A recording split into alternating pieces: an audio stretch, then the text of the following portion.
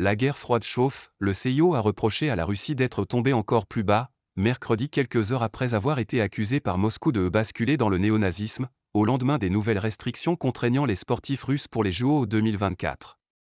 Mardi, le CIO a annoncé que les athlètes russes et bélarusses ne pourraient pas parader lors de la cérémonie d'ouverture, dans le contexte de l'assaut lancé contre l'Ukraine par la Russie, avec la complicité du Bélarus, il y a plus de 2 ans.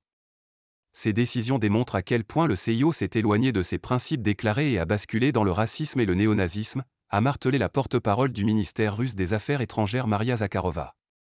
La Russie justifie son assaut contre Kiev par des accusations infondées de nazisme contre les dirigeants ukrainiens agissant avec la complicité supposée des Occidentaux. Dans un climat de plus en plus tendu ces dernières heures entre les deux parties, la réponse du Comité olympique international n'a pas tardé. Cela dépasse tout ce qui est acceptable, a estimé face à la presse Mark Adams, porte-parole du patron du CIO, l'Allemand Thomas Bach. En liant le président, sa nationalité et l'Holocauste, le gouvernement russe tombe encore plus bas. Interrogé dans la matinée, M. Bach n'avait pas directement répliqué en raison du caractère extrêmement agressif et aussi très personnel de ces accusations. Tentative cynique. Mardi, le CIO avait dans une première salve accusé la Russie de politiser le sport, des critiques formulées alors que Moscou ambitionne d'organiser une compétition concurrente des JO, les Jeux de l'amitié. Le Kremlin et la diplomatie russe, toujours prompts à voir dans toute restriction de la russophobie, n'ont pas tempéré leur réponse. Estimant que le CIO se préparait à sanctionner les athlètes étrangers voulant aller aux Jeux de l'amitié, la porte-parole du ministère des Affaires étrangères s'est lancée dans un réquisitoire particulièrement virulent. Elle a accusé mercredi le CIO de chercher à intimider les sportifs désireux de participer aux futurs Jeux de l'amitié, car le directeur de la solidarité olympique du comité, James McLeod, n'a pas exclu la possibilité de sanctions. C'est de l'intimidation de sportifs. Et cela sape complètement l'autorité du CIO, a jugé Dmitri Peskov, porte-parole du président russe. Le comité a considérablement durci le ton contre les Jeux de l'amitié qui devraient se tenir en septembre en Russie, les qualifiant d'événements à motivation purement politique et de tentatives cyniques d'exploiter les sportifs à des fins de propagande politique.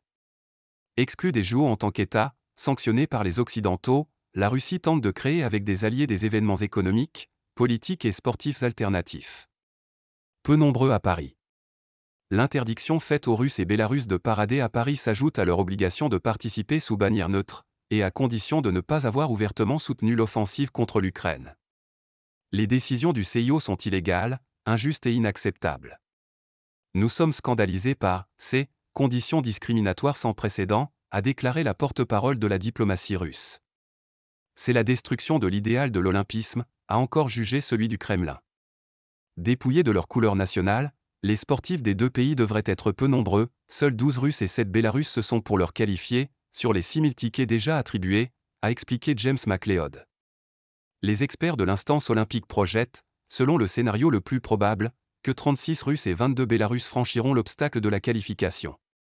Mais ils devront encore se soumettre à un comité d'examen, qui exige en particulier qu'il n'ait pas activement soutenu l'assaut russe contre l'Ukraine.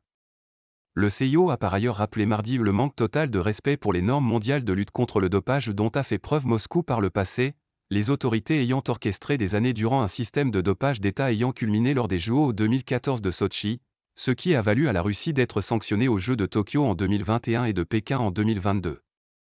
Jusqu'ici la Russie ne prévoit pas de boycott de protestation des JO, avait indiqué mi-mars le ministre des Sports. Mais la décision formelle n'a pas encore été prise et l'escalade verbale en cours pourrait bien la faire changer d'avis.